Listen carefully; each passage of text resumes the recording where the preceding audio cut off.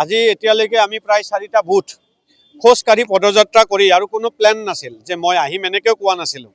হঠাৎ ৰাতিপুৱা কৈছোঁ, দুপৰীয়াৰ ভাগত মই আহি পাইছোঁ প্ৰায় 12টা বজাৰ ভিতৰত। আৰু তাৰ পৰা এতিয়ালৈকে আমি পদযাত্ৰা কৰি হাজাৰ হাজাৰ মানুহে যি ধৰণে মৰম দিছে, চেনেহ দিছে, এই কথা কেতিয়াও পাহৰিব নোৱাৰিম।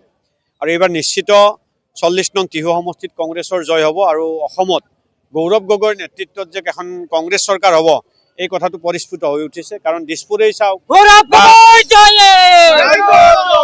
বা গুৱাহাটীৰ অন্য সমষ্টিবিলাকে চাওক বা আপাৰ আছাম চাওক বা গোটেই লোৱাৰ আছামে চাওক বা মধ্য অসমেই চাওক, এটা আমূল পৰিৱৰ্তন।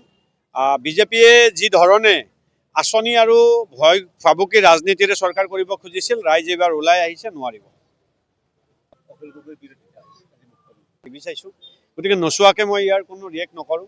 মই এতিয়া অসমৰ লিডাৰ বা জিলাৰ সভাপতি লিডাৰ নহয়, মই এতিয়া 40 নং টিহু সমষ্টিৰ প্ৰাৰ্থী হিচাপে নিৰ্বাচনী প্ৰচাৰ চলাই আছোঁ। যি সুধিব 40 নং টিহু সমষ্টি ৰিলেটেড সুধিব, মই উত্তৰ দিম।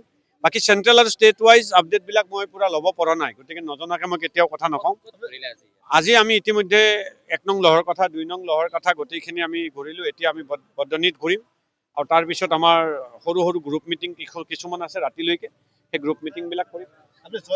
ৰাইজে কৰাব, কিন্তু এজন প্ৰাৰ্থী হিচাপে ৰাইজৰ যি ধৰণে মৰম আদৰ পাইছোঁ, ৰাইজে যি ধৰণে মোক আঁকোৱালি লৈ আগুৱাই লৈ গৈছে, গতিকে সেই দিশৰ পৰা চাই লাগে যে মোক ৰাইজে এইবাৰ নিশ্চিতভাৱে বিজয় কৰাব। কিন্তু মই যদি আজি অহংকাৰী মনোভাৱেৰে কওঁ যে মই জিকিলোৱে, মই জিকিছোঁ, এইটো ভুল। তেনেহ'লে ৰাইজৰ ভোটাধিকাৰৰ অধিকাৰটোৱে মোক খৰ্ব কৰা হ'ব। বিভিন্ন জেগাত ভোটত প্ৰমাণ কৰিব যেন লাগে। আৰু মই নিবিচাৰোঁ যে চিণ্ডিকেটৰ মাজেৰে বিধায়কৰ আঁচনি চলক। মই নিবিচাৰোঁ বিধায়কৰ ভোট মোক নতুবা চন্দ্ৰমোহন পাটোৱাৰী ডাঙৰীয়াক বা অন্য প্ৰাৰ্থীক দিয়ক, অথচ বিধায়ক নিৰ্বাচিত হোৱাৰ পিছত কোনোবা ডেকা আৰু কোনোবা আহমেদে গোটেই সমষ্টিটোৰ লিজত লওক। গতিকে ডেকা আৰু আহমেদক ভোট নিদিয়াকৈ যদি সমষ্টিৰ গোটেই দায়িত্ব কোনোবা এজন ডেকা আৰু কোনোবা এজন আহমেদে গোটেই সমষ্টিটোৰ ঠিকা ল'ব পাৰে, তেনে ঠিকাদাৰী ছিষ্টেমৰ বিধায়ক লাগে নে ৰাইজৰ লগত সদায় থাকিব খোজা সাধাৰণ পৰিয়ালৰ, এটা দুখীয়া পৰিয়ালৰ পৰা অহা এজন যুৱক যোনে দিনে ৰাতি ৰাইজৰ মাজত থাকিবলৈ চেষ্টা কৰিছোঁ আৰু আজিও প্ৰতিশ্ৰুতি দিছোঁ আৰু প্ৰতিজ্ঞা কাঢ়িছোঁ যে বিজয়ী হ'লেও ৰাইজৰ মাজত এনেকৈয়ে থাকিম, অন্ততঃ কাকো ঠিকা ছিষ্টেমত বিধায়ক পদটো মই দি থৈ নাযাওঁ।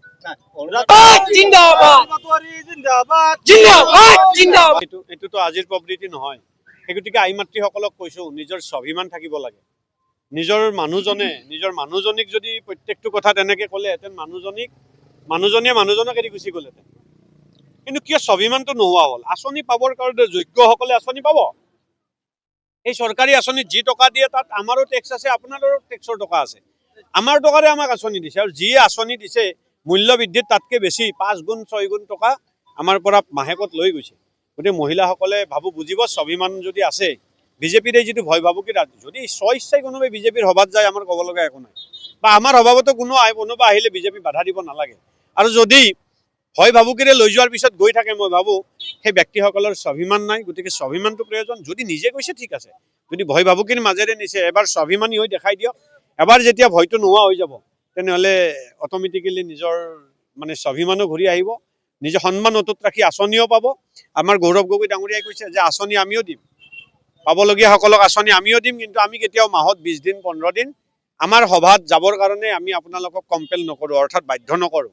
গতিকে বাধ্য নকৰাম। গতিকে আপোনালোকে আমাক ভোট দিলেও আঁচনি পাব, কংগ্ৰেছ চৰকাৰ আহিলেও আঁচনি পাব, কিন্তু আমি সদায় মিটিঙত নি মহিলাসকলক হাৰাশাস্তি নকৰোঁ।